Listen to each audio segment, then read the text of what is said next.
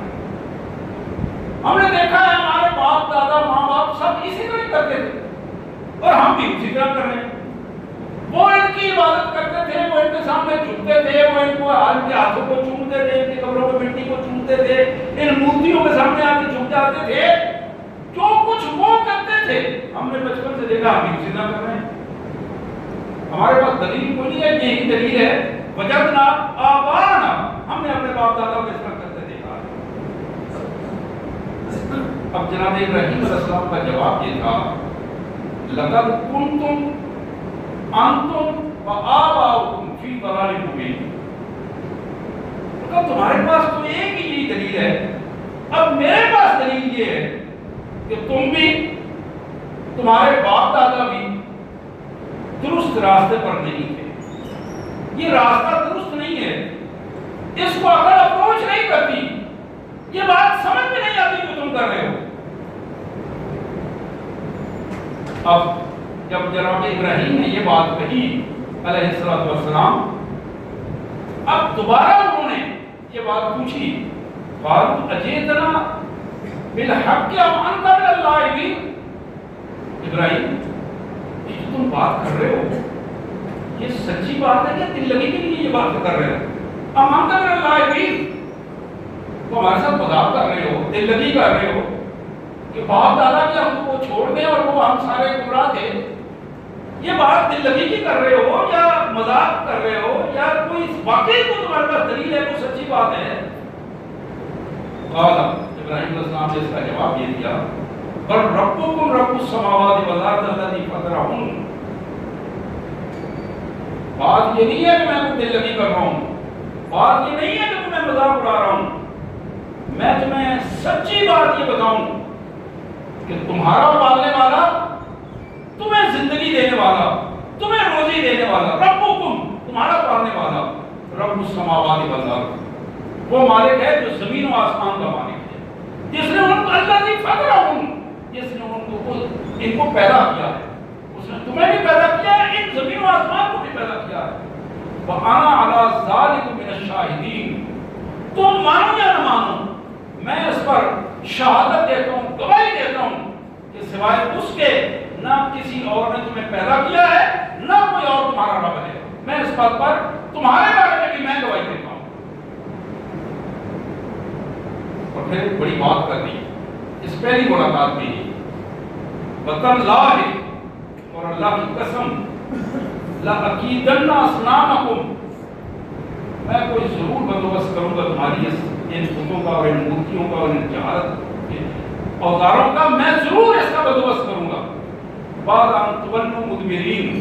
جب تمہارے حوالے سے مجھے کوئی بھی موقع مل گیا تو میں اس کا ضرور بندوبست کروں گا۔ اب یہ بات انہوں نے کر دی لیکن ان کے ذہن سے اتر گئی بات، انہوں نے کہا کہ یہ ویسے ہی نوجوان ہیں باتیں کرتے رہتے ہیں، بات اتر گئی ذہن سے۔ اللہ فرماتے ہیں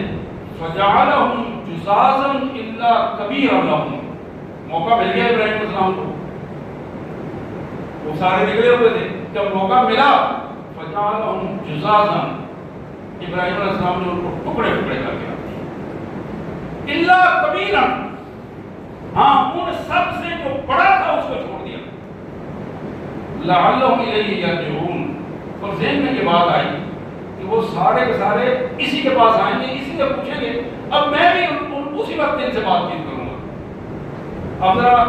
اندازہ کرتے چلے جائیے اور دعوت و تبلیغ کا رنگ دیکھیے، اب کہتے ہیں لوگوں کو کیسے سمجھائیں، یہ قرآن بتاتے ہیں کہ کیسے سمجھائیں، بات لڑائی جھگڑے کی نہیں ہوتی، بات یہ ہے کہ لوگوں کی اصلاح کس طرح کی جائے، اصلاح ہمیشہ دلیل کے ساتھ ہوتی ہے، اخلاص کے ساتھ ہوتی ہے، اندر وہ اخلاص اور خیر خواہی پیدا ہو تو پھر اصلاح ہوتی چلی جاتی ہے۔ تو جناب ابراہیم علیہ السلام نے فَجَعَلَهُمْ جُزَازًا إِلَّا كَبِيرًا لَهُمْ، ان کو ٹکڑے ٹکڑے کر دیا، ہاں ان سے جو بڑا تھا ان میں سے اس کو چھوڑ دیا، لَعَلَّهُمْ إِلَيْهِ يَرْجِعُونَ، تاکہ یہ لوگ اس کے پاس آئیں گے پھر میں ان سے پوچھوں گا۔ قَالُوا مَنْ فَعَلَ هَذَا بِآلِهَتِنَا إِنَّهُ لَمِنَ الظَّالِمِينَ، اب وہ ظاہر ہے انہوں نے آنا تھا، وہ آئے اپنے اس بتخانے میں اور وہ سارے جتنے بڑے بڑے حضرت انہوں نے بنا کے رکھے ہوئے تھے، کوئی بڑے پیر کی شکل تھی، کوئی چھوٹے پیر کی شکل تھی، کوئی بڑا رہنما تھا مسجد، کوئی چھوٹا رہنما، کوئی سیاسی رہنما تھا، یہ سارے تھے وہاں، یعنی کہ کوئی ایک نہیں تھا تو صرف ایک ہی ہو، ہر شعبے کے بڑے بڑے بنا کے رکھے ہوئے تھے، ان میں سے ایک بڑا جو ہے وہ سب کو کنٹرول کر رہا تھا ان کے خیال کے مطابق۔ اللہ فرماتے ہیں قالوا من فعل هذا، اب جب وہاں پہنچے تو اب وہ دیکھا انہوں نے حال ان کو، وہ ہمارے خداؤں کے ساتھ یہ کس نے کیا حرکت کر دی، وہ ہمارے بڑوں کے ساتھ گستاخی کو کر دیا ہے۔ انہ لمن الظالمین، یہ تو بڑا ظالم آدمی ہے جس نے ہمارے خداؤں کو بھی نہیں بخشا، ہمارے بڑوں کو بھی نہیں بخشا، ہمارے جو رہنما تھے ان کا ہی لڑا لگا دیا ہے۔ قالوا سمعنا فتى يذكرهم يقال له ابراہیم، کہنے لگے سنو، آپس میں کان لگا کے سنو سنو، سمعنا، ہم نے سنا ہے وہ نوجوان جس کا نام ابراہیم ہے، یہ حرکت اسی کی ہو سکتی ہے، اس کو ذرا چیک کرو، یہ اسی کا کام ہے۔ اور پھر جب یہ بات طے ہو گئی کہ سوائے ابراہیم کے کوئی یہ کام نہیں کر سکتا، قالوا فاتوا بأعين الناس، یہ جو اگلا باشدار لوگوں کا کام ہوتا ہے نا، کہ ذرا اسے بلاؤ، لوگوں کے سامنے اس کو ہم نمونہ بنا دیں، پورے گاؤں کو اکٹھا کریں، ان کو بتائیں کہ ہمارے بڑوں کے ساتھ اس نے یہ کیا، ہم اس کے ساتھ کیا کرتے ہیں، لوگوں کے سامنے اس کو نمونہ بناؤ۔ أعين الناس، اس کو لاؤ، ہم لوگوں کو دکھائیں کہ اس کے ساتھ ہم نے کیا کیا۔ لعلهم يشهدون، ممکن ہے اس سے لوگوں کی شہادت میں، لوگ جو اپنی آنکھوں سے دیکھ رہے ہیں ان کے اندر ایک تبدیلی آئے، ہمارے الہوں کا، ہمارے جھوٹے یہ جو ہیں ان کا مذہبی اور سیاسی رہنما میں ان کا ایک بھرم رہ جائے، ہم ان کا بھرم رکھنے کے لیے یہ کر رہے ہیں۔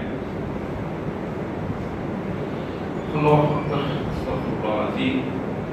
قالوا أأنت فعلت هذا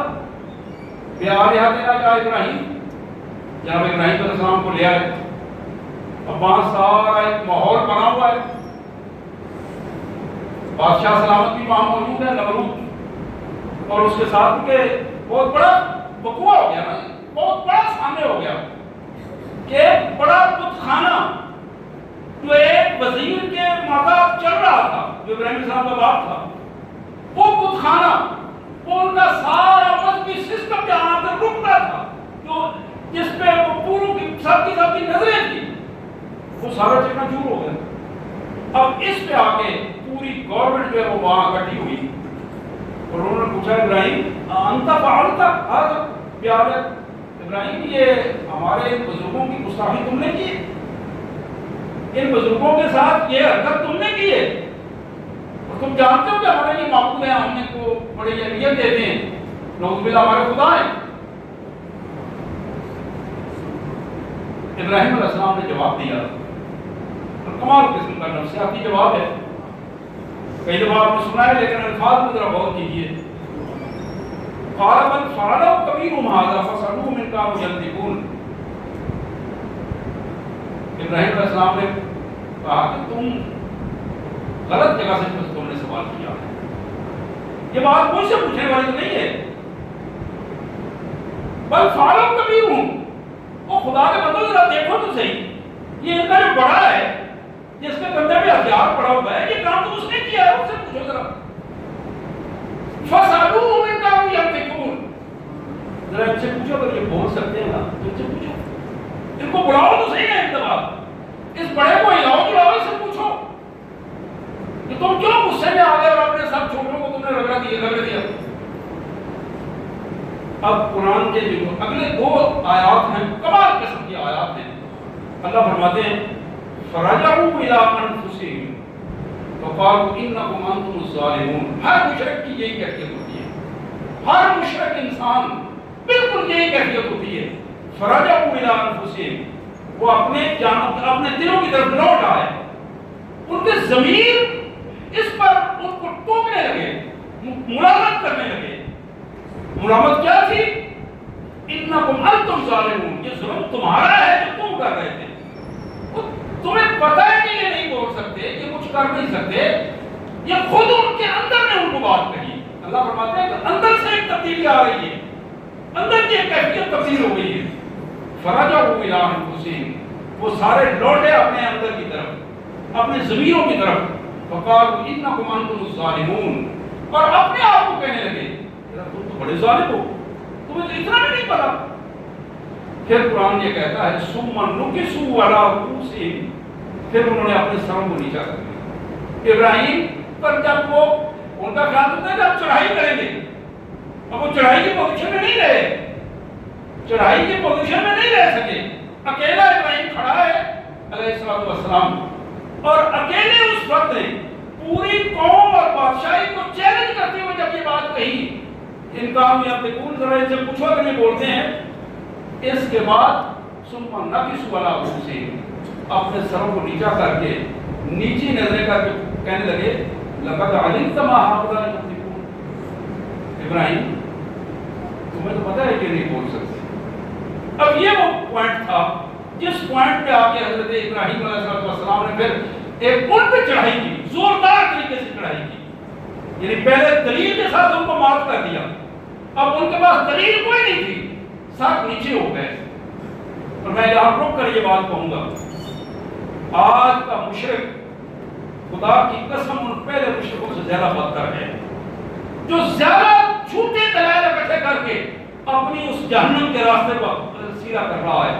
وہ مشرک فراجہ ہوئے انفسہم، جب ان کے اندر بھی اس بات کو خود ملامت کی تو انہوں نے اپنے سروں کو جھکا لیا اور کہنے لگے نہیں ابراہیم یہ تو بولتے نہیں، تم بھی جانتے ہو، ہم بھی جانتے ہیں، تم کیسا سوال کر رہے ہو ہم ان سے پوچھیں۔ اب حضرت ابراہیم علیہ السلام نے کمال قسم کی بات کہی، فرمایا افتعبدون من دون اللہ ما لا ينفعکم شیئا ولا یضرکم، کیا پھر تم ان کے سامنے جھکتے ہو، کیا تم ان کے سامنے جا کے کوسے دیتے ہو، ان کے سامنے چڑھاوے چڑھاتے ہو،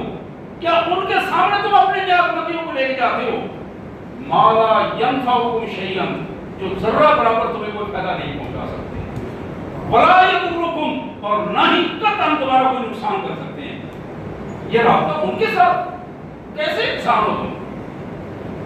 اب یہ اس سے اگلا جملہ اور زیادہ چڑھائی کا ہے، اس لیے تو وہ اب قابو آ گئے تھے۔ فرمایا اف لکم ولم تعبدون من دون اللہ، لعنت ہو تم پر بھی اور تمہارے جھوٹے خداؤں پر بھی جن کو تم پوجتے ہو۔ اب یہ معمولی بات نہیں تھی، وقت کا تابوت، بادشاہ، اس کے سارے ساتھی، پوری گورنمنٹ وہاں کھڑی ہوئی تھی، اور ایک اکیلا ابراہیم جو اپنے اللہ کے سارے وہاں اپنے پورے قد کاٹ کے ساتھ یہ کہہ رہا تھا اف لکم، لعنت ہو تم پر،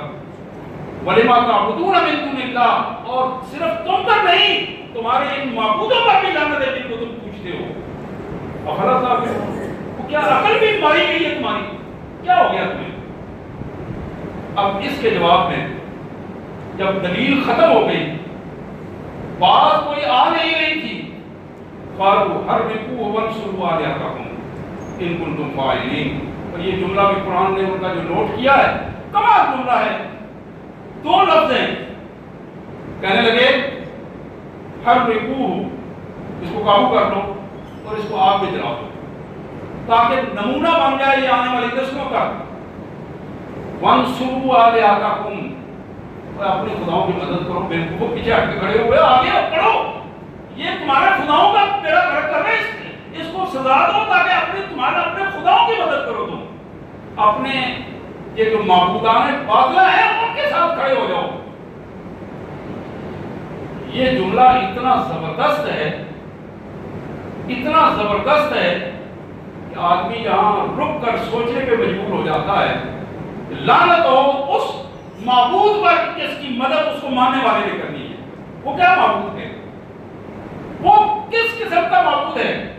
اور وہ کیا کون سی قوت رکھتا ہے کہ جس کے سامنے جھکا جاتا ہے، جس کے سامنے اپنی نیاز مندیاں پیش کی جاتی ہیں۔ اللہ فرماتے ہیں سچا مالک وحدہ لا شریک، قلنا یا نار کونی بردا وسلاما علی ابراہیم، ہم نے آگ کو حکم دے دیا کہ اے آگ ہمارے بندے ابراہیم کے لیے ٹھنڈک بھی پیدا کر دے اور سلامتی والی ٹھنڈک ہو، اس کا ایک بار بھی پھیکا نہ ہو اور اس کی خوشی کی کیفیت میں بھی ذرا برابر فرق نہ ہے۔ اور اس سے اگلا جملہ اور اس آج کی ہماری آیات کی آخری آیت وَأَرَادُوا بِهِ كَيْدًا، ساری قوم نے مل کر ابراہیم علیہ السلام کو گرانے کی کوشش کی، سازشیں کی،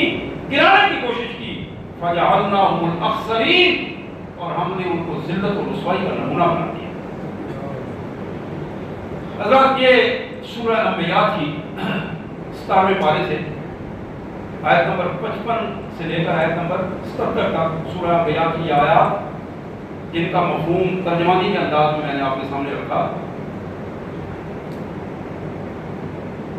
یہ دن جو آپ نے 9 ذی الحجہ گزارا، 10 ذی الحجہ گزارا، 11 ذی الحجہ گزارا، اور ان دنوں میں آج یہ جو تیسرا دن ہے، اس دن جب ہم اپنے پیارے قائد ملت اسلامیہ کے انقلابی رہنما جناب ابراہیم علیہ السلام کی زندگی کا مطالعہ کر رہے ہیں، یقین کیجیے یہ زندگی جس پر ہم اقرار ہیں، یہ زندگی کوئی زندگی نہیں ہے جس کے لیے ہم پوری کوششیں کر رہے ہیں کہ اچھا سا گھر بنا لو، اچھی گاڑی رکھ لو، ایک اچھی فیملی میں شادی کر لو، ایک نظام پورا بن جائے۔ اتنی زندگی کے لیے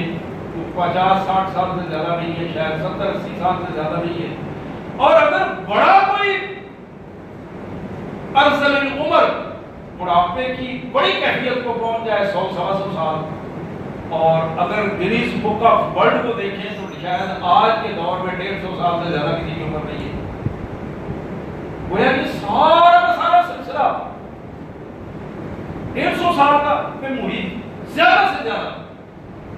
اور پھر ہمیشہ ہمیشہ کی زندگی اللہ کی رضا کو چھوڑ دینا، اس کی ناراضگی مول لے لینا، اللہ کی ناراضگی مول لینا، اپنی زبان سے، اپنی نظروں سے، اپنی سماعتوں سے، اپنے اعمال سے، اپنے رویوں سے، اپنے معاملات سے۔ اللہ نے ہمارے سامنے یہ کردار رکھا ہے جناب ابراہیم علیہ السلام کا۔ یہ تھوڑا سا وقت تمہارے پاس ہے، ہم نے نمونے کا وقت تمہیں دیا ہے، یہ تمہاری ٹریننگ کا وقت ہے، تمہاری آزمائش کا وقت ہے۔ اس آزمائش اور ٹریننگ کے وقت کو اللہ کی رضا کے لیے اس کے قانون کے مطابق گزار دو، پھر کامیابی کامیابی ہے تمہارا، تمہاری موت بھی کامیابی کے ساتھ ہے، تمہاری قبر بھی کامیابی کے ساتھ ہے، تمہارا حشر بھی کامیابی کے ساتھ ہے، تمہارا میزان اور تمہارے صراط بھی کامیابی کے ساتھ ہے، اور پھر تمہاری جنتوں میں تمہارا استقبال بھی کامیابی کے ساتھ ہے۔ حضرات یہی وہ رنگ ہے نبی محترم سید کائنات رحمۃ اللہ علیہ صلی اللہ علیہ وسلم کی یہ حدیث مبارک میں آپ کے سامنے رکھ رہا ہوں۔ آج کے ہمارے اس خطبہ جمعہ کی اہم ترین بات اور آخری بات مسند احمد کی یہ حدیث مبارک سلسلۃ الصحیحہ میں شیخ البانی رحمۃ اللہ علیہ نے بھی اس کا ذکر کیا، حدیث مبارک کو صحیح حدیث میں ایک بہترین مقام دیا ہے۔ اللہ کے پیارے رسول صلی اللہ علیہ وسلم نے فرمایا، بادروا بالاعمال خصالا ستا، لوگوں 6 قسم کے حالات بننے سے پہلے پہلے اپنے اعمال کو جلدی جلدی سے مکمل کر لو، جنتیوں والے اعمال مکمل کر لو 6 قسم کے واقعات ہونے سے پہلے پہلے، تاکہ تم اپنے آپ کو محفوظ کر لو۔ ایسا نہ ہو کہ وہ حالات پیدا ہو جائیں اور تمہیں نیک اعمال کرنے میں تمہارے لیے رکاوٹیں بن جائیں۔ ان سے پہلے پہلے اپنے اعمال مکمل کرو۔ اب یہ بڑی خیر خواہی کی بات ہے، بڑی خیر خواہی کی بات ہے، جو وقت سے پہلے اپنے قریبی رشتہ داروں، قریبی دوستوں اور خیر خواہی کے ساتھ جس کو بندہ بچانا چاہتا ہے اس کو قریب کر کے کہتا ہے کہ یہ کام فٹافٹ کر لو، وہ کام ہونے والا ہے، اس سے پہلے پہلے اپنے آپ کو یہ فائدہ اٹھا لو۔ تو یہاں محمد کریم صلی اللہ علیہ وسلم نے وہی بات کہی ہے ہم سے کہ میرے امتیو بادروا بالاعمال خصالا ستا،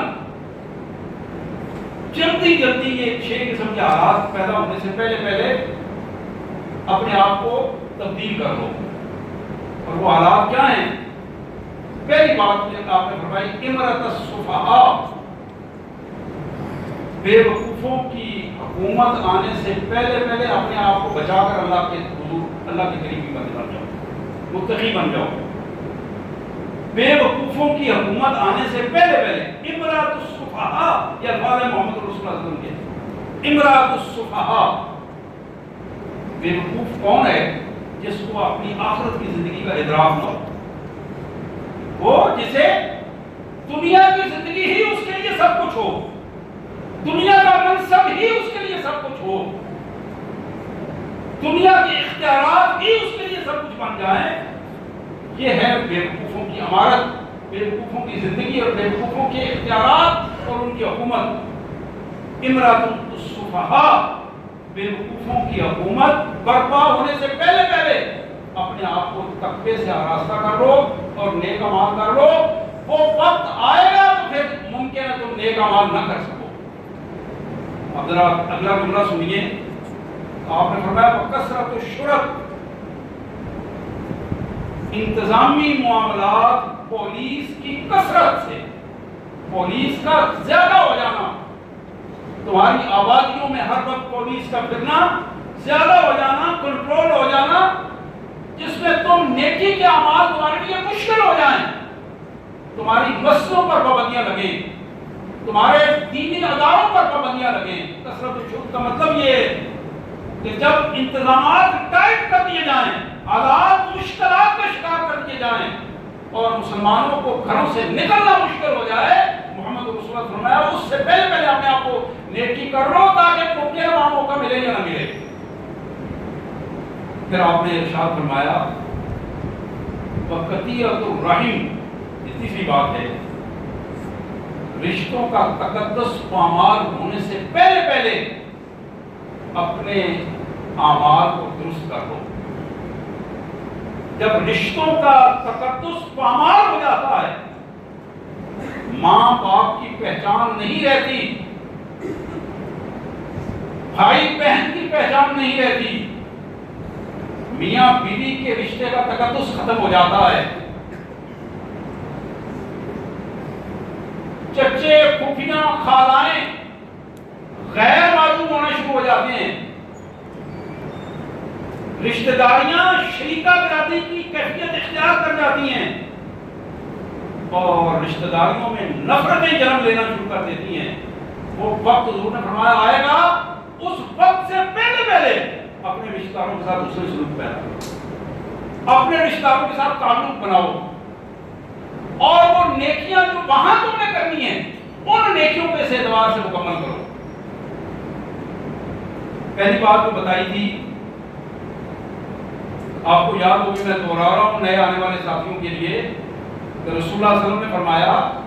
کہ جلدی جلدی اپنے نیک اعمال مکمل کرو۔ 6 قسم کی کیفیات پیدا ہونے سے پہلے امراۃ السفہاء، بے وقوفوں کا کی حکومت قائم ہونے سے پہلے پہلے۔ بے وقوف کون ہوتا ہے؟ جس کو آخرت کی زندگی کا ادراک نہ ہو، جو دین پر عمل کرنا مشکل سمجھے اور دنیا داری کے لیے بے شک صبح کرے اٹھ جائے، دین کے لیے اٹھ کر عمل کرنا اس کے لیے بڑا مشکل ہو۔ پھر فرمایا کثرت الشرط، دوسری بات پولیس کا نظام زیادہ بنا دیا جائے، مختلف محکمے پولیس کے، مختلف گرفت اپنی عوام پر پولیس کے حوالے سے گرفت ہو، اس گرفت کے نظام کے بن جانے سے پہلے پہلے اپنے آپ کو اللہ کا متقی بنا۔ پھر فرمایا وَقَطِيعَةُ الرَّحِمِ، رشتوں کا تقدس پامال ہونے سے پہلے پہلے، رشتوں کے ٹوٹ جانے سے پہلے پہلے، رشتوں کے تقدس کے پامال ہونے کے ساتھ رشتوں کی پہچان کے ختم ہونے سے پہلے پہلے اپنے آپ کو زیادہ سے زیادہ اپنے رشتوں میں پرو، اپنے بہن بھائیوں کے ساتھ، ماں باپ کے ساتھ جڑنے کی کوشش کرو، اپنے اس رشتوں کے تقدس کو دلوں میں بٹھاؤ تاکہ تمہارے اندر وہ زیادہ سے زیادہ ایک تقدس کی پوزیشن پیدا ہو۔ چوتھی بات آپ نے فرمائی وَبَيَّ الْحَكَمْ، اس وقت سے پہلے پہلے نیک اعمال کر لو جب فیصلوں کو خریدا جانے لگے گا، رشوت کا دورہ ہو جائے گا۔ الفاظ آپ سن رہے ہو، آپ یقین کریں مجھے ایسے محسوس ہے جیسے اللہ کے رسول صلی اللہ علیہ وسلم ہمارے حالات کو دیکھ دیکھ کر یہ باتیں فرما رہے ہیں، بالکل اس طرح ادراک ہو رہا ہے، اور یقیناً وہ اللہ کے ارشادات ہیں۔ یہ وہ وحی ہے جس کو وحی غیر مطلوب کہتے ہیں، حدیث کو وحی غیر مطلوب کہتے ہیں، یعنی یہ وہ وحی ہے جس کی تلاوت تو نہیں ہوتی، لیکن اللہ کے رسول صلی اللہ علیہ وسلم کی زبان مبارک سے جو بات نکلتی ہے وہ اللہ کے حکم سے نکلتی ہے، یہ اللہ کے حکم سے یہ باتیں ہمارے سامنے پہنچی ہیں۔ پھر آپ نے فرمایا وَبَيَّ الْحَكَمْ، رشوت کا دورہ ہونے سے پہلے، فیصلے خریدے جانے سے پہلے اپنے آپ کو اللہ کے عام متقی بنا لو، پرہیزگار بنا لو۔ ایسا نہ ہو کہ وہ وقت آئے کہ تمہارے لیے نیکی کرنا مشکل ہو جائے اور ناممکن ہو جائے۔ اپنے ریکارڈ میں نیکیاں بناؤ، اپنے ریکارڈ میں نیکیوں کا اضافہ کرو۔ پھر آپ نے پانچویں بات کو ارشاد فرمائی، فرمایا استخفافاً بالدم، اس وقت سے پہلے کہ جب خون مسلم ارزاں ہو جائے، خون انسانیت ارزاں ہو جائے، انسانوں کا خون سستا ہو جائے۔ یہ بزرگ جانتے ہیں جو 40 سال سے زیادہ عمر کے بیٹھے ہیں، ایک دور تھا کہ پورے ضلع میں کہیں کوئی قتل ہو جاتا تو بڑی حیرانگی ہوتی تھی، پورے ملک میں پریشانی ہوتی تھی کہ ایک آدمی مر گیا، فلاں علاقے میں ایک قتل ہو گیا ہے، اور اخبار میں جب کوئی خبر آتی یا ریڈیو میں کوئی خبر آتی تو لوگ بڑی پریشانی سے میلوں دور۔ اور آج روزانہ خبریں ہیں سینکڑوں قتلوں کی، اور مسلمان کا ذہن سنتا ہے، کانوں سے ایک دفعہ سنتے ہیں دوسری طرف سے پتہ ہی نہیں ہوتا۔ استخفافاً بالدم،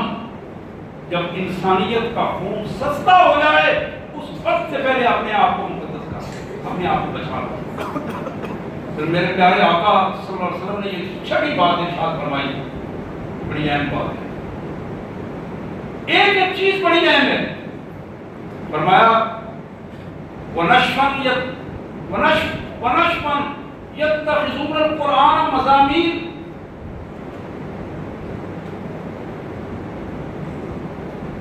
يَفْقَهُونَ الرَّجُلَ لَيْسَ بِأَفْقَهِهِمْ، يُقَدِّمُونَ الرَّجُلَ لَيْسَ بِأَفْقَهِهِمْ وَلَا أَعْلَمِهِمْ مَا يُقَدِّمُونَهُ إِلَّا لِيُغَنِّيَهُمْ۔ اس وقت کے آنے سے پہلے جب لوگ قرآن کے ساتھ نہیں جڑیں گے بلکہ ان لوگوں کے ساتھ جڑیں گے جو قرآن کو گا گا کر پڑھیں گے، غنائیت کے ساتھ پڑھیں گے، قرآن مجید کو گانے کی طرزوں پر پڑھا جائے گا، اور لوگ ان کے قریب لاکھوں کی محفلیں ہوں گی اور لوگ اس کے قریب اسی انداز میں آئیں گے۔ اور پھر اس کی تفصیل بیان کرتے ہوئے میرے آقا صلی اللہ علیہ وسلم نے فرمایا نمازوں میں بھی لوگ اس کو آگے کریں گے جو قرآن کو گانے کی طرز پر پڑھے گا، یہ خیال نہیں کریں گے جو قرآن کو زیادہ جانتا ہوگا، یہ خیال نہیں کریں گے جو قرآن کو زیادہ سمجھتا ہوگا۔ دو الفاظ آپ نے ارشاد فرمائے، قرآن کا علم اور قرآن کی فقاہت میں اس کا خیال نہیں ہوگا، بلکہ خیال کیا ہوگا؟ إِلَّا لِيُغَنِّيَهُمْ، وہ بندہ آگے آئے جس کی آواز خوبصورت ہے اور قرآن کو گا کر وہ پڑھتا ہے اور لوگوں کو گانے کا ایک لطف محسوس ہوتا ہے۔ حضرات، یہ تصویر ہے میری قوم کی تصویر ہے، اور تصویر دکھانے والا کائنات کا وہ صادق اور امین سچا انسان ہے، پوری کائنات کا راہبر، نبیوں کا راہبر، انسانوں کا راہبر، کائنات میں پوری انسانیت کے رہنماؤں کا راہبر محمد کریم صلی اللہ علیہ وسلم، آپ نے یہ تصویر دکھائی ہے۔ اس میں میں بھی اپنا چہرہ دیکھ سکتا ہوں، آپ بھی اپنا چہرہ دیکھ سکتے ہیں، ہم اپنی برادریوں کا چہرہ بھی اس میں دیکھ سکتے ہیں، ہم اپنے وزیر اعظم کا چہرہ بھی اس میں دیکھ سکتے ہیں، اپنے صدر کا چہرہ بھی اس میں دیکھ سکتے ہیں، اپنے صوبوں کے گورنروں اور وزیر وزارت اعلیٰ کے چہرے بھی اس میں دیکھ سکتے ہیں، اپنے ضلعی رہنما جو ہمارے ڈی سی اور ڈی سی ہیں، جو پولیس ہیں، ان کا بھی چہرہ ہم اسی حدیث کے میں دیکھ سکتے ہیں، اور اپنے پٹواری اور تھانے دار ایسے جو ان کا چہرہ بھی اس میں دیکھ سکتے ہیں، اور بالآخر اپنے گلی محلے اور گاؤں کی چدراہٹ کا چہرہ بھی اس میں ہمیں اس شیشے میں نظر آ رہا ہے۔ آئیے آج اس موقع پر جب ہم ممکن ہے پھر ملاقات ہو یا نہ ہو، کون کس انداز میں بات سن رہا ہے، کس کی کس انداز میں ملاقات ہوتی ہے، ہر لمحے کو آخری لمحہ سمجھتے ہوئے اپنے اللہ سے وعدہ کریں، یا اللہ جو تم نے زندگی دی ہے اس میں آج سے پہلے جو کچھ ہم سے ہو چکا ہمیں معاف کر دے، آج کے بعد تیرا بندہ بنتے ہوئے ہم پوری کوشش کریں گے کہ ہم ان 6 قسم کے حالات سے بچتے ہوئے اپنے آپ کو اللہ کا فرما بردار اور محمد رسول اللہ صلی اللہ علیہ وسلم کا اطاعت گزار بنا دیں گے۔ اللہ میں اس کی توفیق عطا فرمائے۔ واقعی دعوانا الحمدللہ رب العالمین۔